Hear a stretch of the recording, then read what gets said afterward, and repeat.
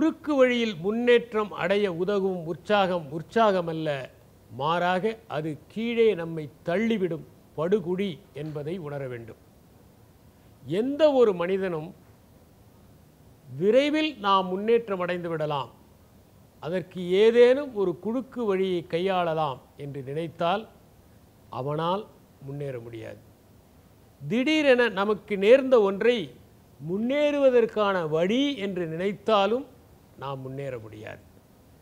விபத்தாக ஒன்று நடந்தால் இதுதான் எப்போதும் நமக்கு உதவி புரியும் என்று நினைத்தாலும் நாம் முன்னேற முடியாது. ஏனென்றால் உற்சாகம் கொள்பவர்கள் கூட படிப்படியாகத்தான் உயர முடியும். இதற்கு ஒரு ரஷ்ய கதை நினைவிற்கு வருகிறது. என்னென்னா, ரோடு போட்டிருக்காங்க, கப்பி கல்லில் வந்து ரோடு போட்டிருக்காங்க. ஒரு மாணவன் வந்து அந்த ரோடை அப்படி உதச்சிக்கிட்டே வரான். அப்போ ஒரு கப்பிக்கல் என்னாச்சுன்னா கொஞ்சம் லூஸ் ஆகிடுது. அடுத்தது இன்னொரு சிறுவன் வரான், அவனும் அப்படி உதச்சிக்கிட்டே வரான். அடுத்தது மூணாவது ஒருத்தர் வராரு, அவர் உதச்ச உடனே அந்த கப்பிக்கல் ஃப்ரீ ஆயிடுது. உடனே அந்த கப்பிக்கல் நினைக்குது, ஆஹா நாம் சுதந்திரம் அடைந்து விட்டோம், இனிமேல் நாம் உயரத்திற்கு போகலாம் அப்படின்னு நினைக்குது. இப்படி அதை நினச்ச உடனே அந்த வழியாக வேற ஒரு பையன் வரான், ஒரு துடுக்குத்தனமான ஒரு பையன். அவன் என்ன பண்ணுறான்னா அந்த கல்லை எடுக்கிறான். கல் எடுத்து அங்கே பக்கத்தில் ஒரு பங்களோ இருக்குது, அந்த பங்களோவில் ஒரு கண்ணாடியை பார்த்து அந்த கல்லை விடுறான். கல்லை விட்டோடனே அது போய் அந்த கண்ணாடியை உடைச்சி உள்ள ஜன்னல் வழியாக போய் பெட்டில் போய் விழுந்துருது. ஆஹா, எவ்வளவு சொகுசான மெத்தையை நாம் அடைந்திருக்கிறோம், நாம் எல்லா கல்லோடையும் சேர்ந்துருந்தால் சாலையாகத்தான் இருந்திருப்போம், நிறைய வாகனங்கள் தான் போயிருக்கோம், மனிதர்கள் தான் நடந்திருப்பாங்க, மாடுங்க தான் வந்திருக்கோம். இப்படி சுதந்திரம் அடைந்ததால் எவ்வளோ உயரத்துக்கு போயிட்டோம், எவ்வளோ அழகான பட்டு மெத்தையில் நாம் படுத்து உருள்றோம் அப்படின்னு அது ஒரு கற்பனை பண்ணிடுச்சு. அப்படி நினச்சிட்டு இருக்கும்போதே அந்த மெத்தையில் படுக்க வேண்டியவர் வராரு. அங்கே பார்த்தீங்கன்னா கருங்கல் கிடக்குது, கண்ணாடி வேறு உடஞ்சிருக்கு. கோபத்தோடு அதை எடுத்து மறுபடியும் தூக்கி போடுறாரு. எவ்வளவு வேகமாக மேலே போச்சோ அவ்வளவு வேகமாக கீழே வந்து டபுள் மடங்கு. ஏன்னா பார்த்தீங்கன்னா எரியறதை விட கீழே தூக்கி வீசுறது ரொம்ப ஈஸி. ஏன்னா புவியீர்ப்பு விசை வேறு இழுக்கும். எதையுமே உயரமாக எடுத்து செல்வது தான் சிரமம், கீழே போடுறது ரொம்ப ஈஸி. முன்னேறுவது கடினம், ஒரே நாளில் கீழே விழுந்து விடலாம். நல்ல புகழை சம்பாதிப்பது கடினம், ஒரே நாளில் அவப்பெயரை சம்பாதித்து விடலாம். ஒரு குழந்தை வளர்ப்பது தான் கடினம், ஒரே நொடியில் சாகடித்து விடலாம். அது பெரிய சிரமமே இல்லை. ஆக இவ்வளவு வேகமாக மேலே போனோன்னு நினச்சவன் அதை விட வேகமாக கீழே வந்து விழுந்தான்.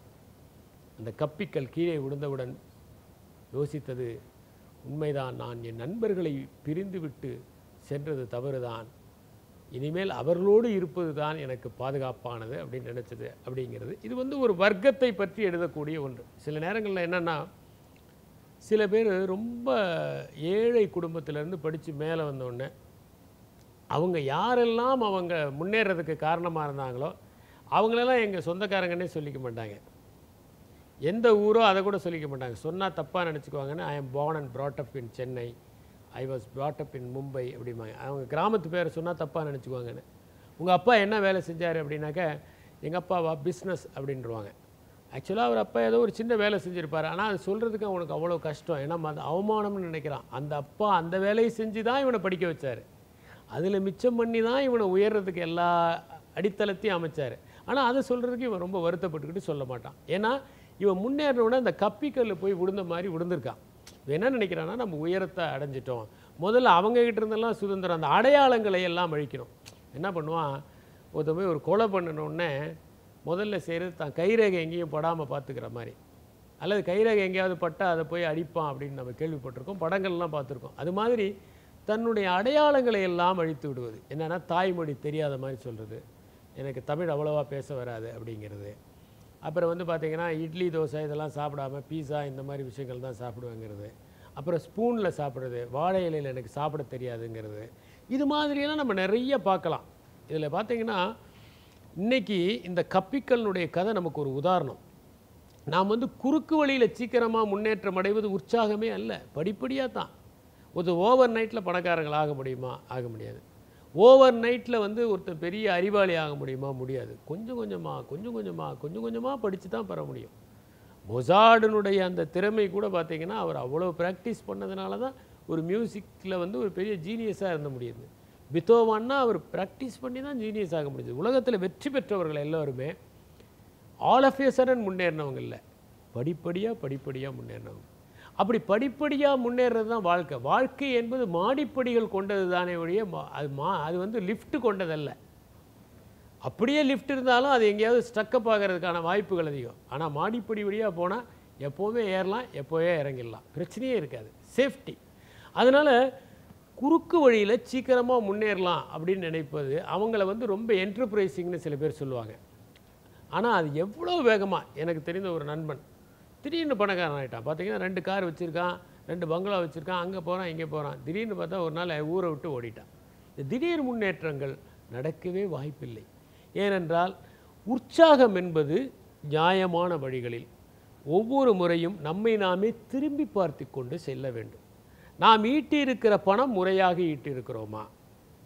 நமக்கு மகிழ்ச்சி அளித்திருக்கிறதா? யாரையும் சுரண்டாமல் சேகரித்திருக்கிறோமா? எல்லோரையும் மகிழ்ச்சிக்கு உட்படுத்தி சேகரித்திருக்கிறோமா?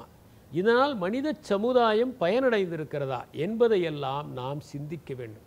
ஆகவே கப்பிக்கள் சுதந்திரம் அடைந்ததைப் போல அடையாளங்களை அழித்தால் அது சில காலம் தாக்குப்பிடிக்கும். நம் அடையாளம் எப்படியும் வெளியே வந்துவிடும். எப்படி மறுபடியும் சாலையில் வந்து தலைகீழாக அந்த கப்பிக்கள் விழுந்ததோ அதை போல தலைகீழாக விழுந்து விடுவோம். அதைத்தான் திரிசங்கு சொர்க்கமும் நமக்கு நினைவுபடுத்துகிறது. எனவே எந்த காரணத்திலும் நாம் முன்னேற்றம் என்பதை தீய வழிகளிலும் குறுக்கு வழிகளிலும் அடையலாம் என்று உற்சாகம் கொண்டு விடக்கூடாது.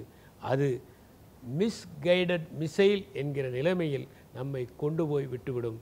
எனவே தவறி அனுப்பப்படுகிற ராக்கெட்டுகள் நிலவை அடைவதில்லை, பூமியிலேயே வந்து சேதத்தை ஏற்படுத்தி தீப்பிடித்து விடுகின்றன.